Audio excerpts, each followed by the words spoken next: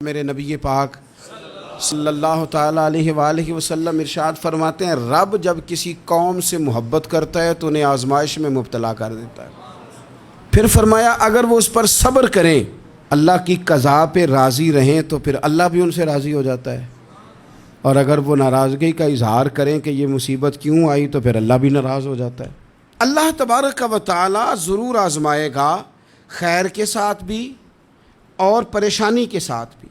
انسان پریشان اس وقت ہوتا ہے کہ جب وہ محنت کرتا ہے تو وہ کہتا ہے نتیجہ میری مرضی کا آنا چاہیے، یہ اس کا سب سے بڑا نقصان ہے۔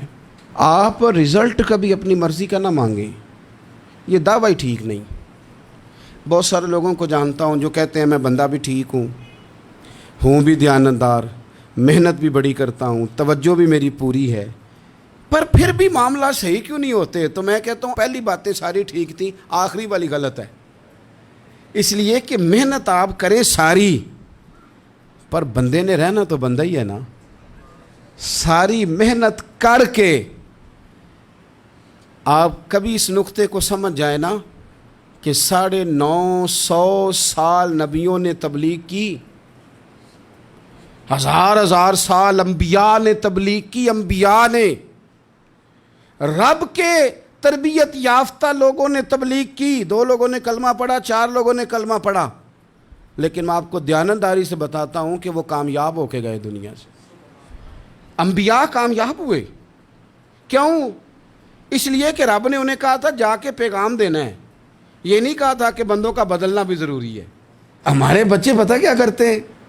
وہ فٹافٹ نہ پریشان ہو جاتے ہیں۔ نبیوں کے ذمہ تبلیغ کرنا ہے، یہ ان کا ذمہ نہیں کہ لوگ ضروری کلمہ پڑھیں۔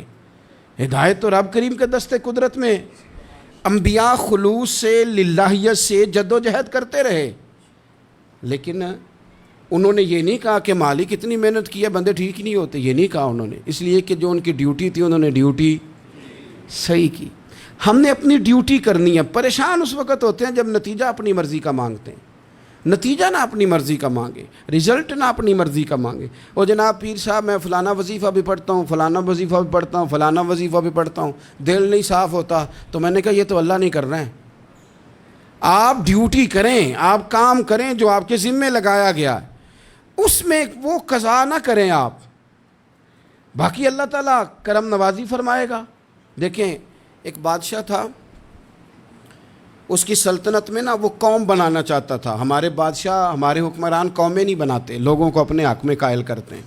اس لیے کبھی بھی ہمارے ملک میں قومی سوچیں عام نہیں کی جاتی، ذاتی سوچیں عام کی جاتی ہیں، ملی باتیں نہیں کی جاتی، ذاتی باتیں کی جاتی ہیں۔ وہ چاہتا تھا کہ میری قوم بن جائے۔ اس کا ایک ہیرا سلطنت میں سے گم ہو گیا، تو اس نے اعلان کیا، اس نے کہا کہ جو بندہ ہیرا تلاش کر کے لائے گا اسے انعام دوں گا۔ ساری قوم نکل کھڑی ہوئی ہیرا تلاش کرنے پر، ادھر بھی لوگ گئے، ادھر بھی لوگ گئے، خشکیوں میں، دریاؤں میں، جہاں جہاں جس کی پہنچ تھی، جنگلوں میں، وادیوں میں، گھروں میں، بستیوں میں لوگوں نے ڈھونڈا۔ ساری قوم ایک ہیرا تلاش کر رہی ہے۔ بالآخر سب لوگ جمع ہو گئے ایک میدان میں۔ ایک بندہ اوپر چڑھا، بادشاہ کے پاس، وہ اونچی جگہ پہ کھڑا تھا، اس نے کہا جناب یہ ہیرا مل گیا ہے۔ اب جب ایک کو ہیرا مل گیا تو باقیوں کے چہرے اتر گئے کہ یہ کامیاب ہوا، ہم ناکام ہوئے۔ بادشاہ چونکہ ان کی تربیت کے لیے یہ کام کر رہا تھا، اس نے کہا تمہارا کیا خیال ہے کہ اس ہیرے کے بغیر میرا گزارا نہیں تھا؟ کہ تمہارا کیا خیال ہے کہ ہیرا میری سلطنت سے نکل گیا تو مجھے زوال آ جائے گا؟ اس نے کہا یہ تو ایک ہیرا ہے۔ اٹھا کے پھینکا، دیوار کے ساتھ لگا، ہیرا ٹوٹ گیا۔